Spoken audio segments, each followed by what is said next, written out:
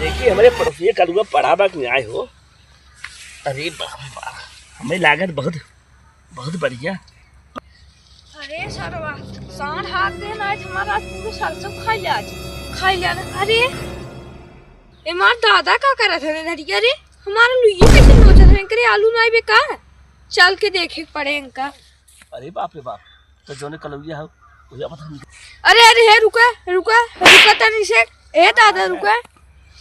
अरे कहा था कैसे तोरे आलू उलू नहीं बेकार का बीघा पूरा बुआन भाई हमरे कब का करे आई है पहले आप अपने कम जा। अरे भैया हम अलुइया तो हाँ खोदे नहीं आ रहे खाली हम देखत रहे पढ़ा बाग नहीं आई।